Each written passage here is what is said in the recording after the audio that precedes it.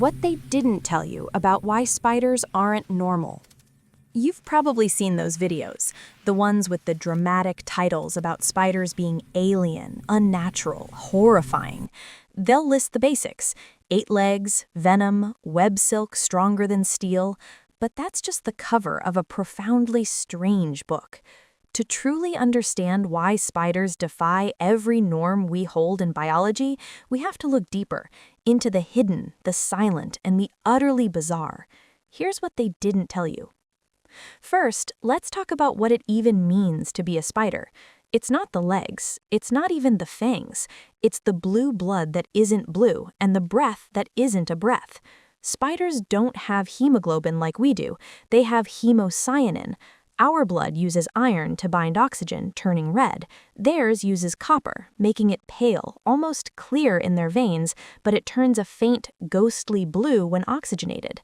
They don't have a centralized circulatory system like ours. Their copper-based life fluid sloshes passively in an open body cavity, bathes their organs, and is gently pushed around by a simple, tube-like heart. They live with a fundamental chemical difference at their core. And they don't breathe like us. No lungs, no frantic diaphragm. Instead, they possess book lungs, stacks of tissue like the pages of a book, held in internal chambers where oxygen passively diffuses from the air. Some have trachea, tiny tubes, but it's a silent, still form of respiration. There is no gasp, no sigh. Their entire existence is one of profound metabolic patience. This is the first abnormality. Their very essence runs on a different elemental chemistry and a rhythm of gas exchange that feels alien in our animal kingdom. Now consider their perception. We see a world of color and depth. Spiders see differently. Most have 8 eyes, but this isn't a superpower of panoramic clarity. It's often a collection of specialized, crude instruments. The main pair might be high resolution, but many secondary eyes are little more than motion sensors, detecting changes in light and shadow with pixelated vagueness. Some, like jumping spiders, have eyesight rivaling that of much larger animals. With a retina, they can physically move to scan their surroundings without turning their head, a biological camcorder. But for many web weavers, eyes are almost an afterthought. They live in a world defined not by light, but by vibration. This is their true sense.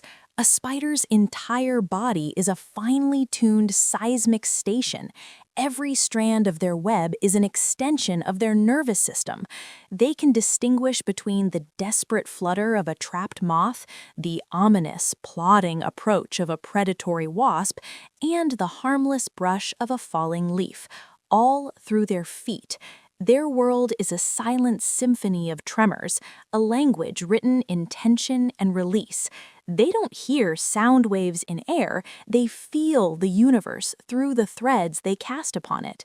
Can you imagine a consciousness built not on imagery, but on intricate patterns of vibration? That is a spider's reality. Then, there is the horror and genius of their feeding.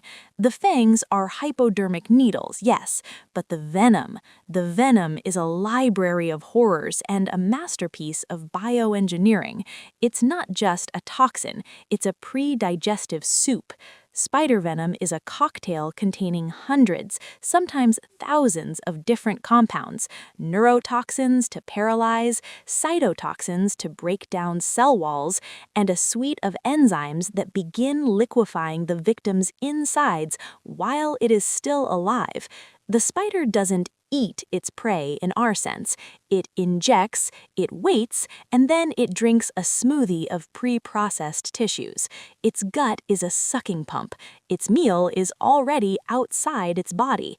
This external stomach is a profoundly alien concept, turning the world into its digestive tract. But the pinnacle of their strangeness, the true signature of their abnormality, is the silk. They didn't tell you the half of it. Silk isn't just one thing.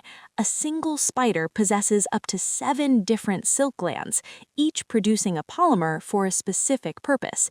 There's dragline silk for safety ropes, stronger weight for weight than steel. There's capture spiral silk, sticky and elastic, engineered to absorb the kinetic energy of a flying insect. There's cement silk for attachments, soft, fluffy silk for egg casing, and even fine silk for wrapping prey like mummification. This isn't made in a factory. It's synthesized internally from a liquid protein solution that, through a combination of water removal, ion exchange, and physical pulling, transforms into a solid fiber of incredible toughness and flexibility in an instant. The spider is a walking chemical refinery, a nanoscale 3D printer, and a master architect all in one.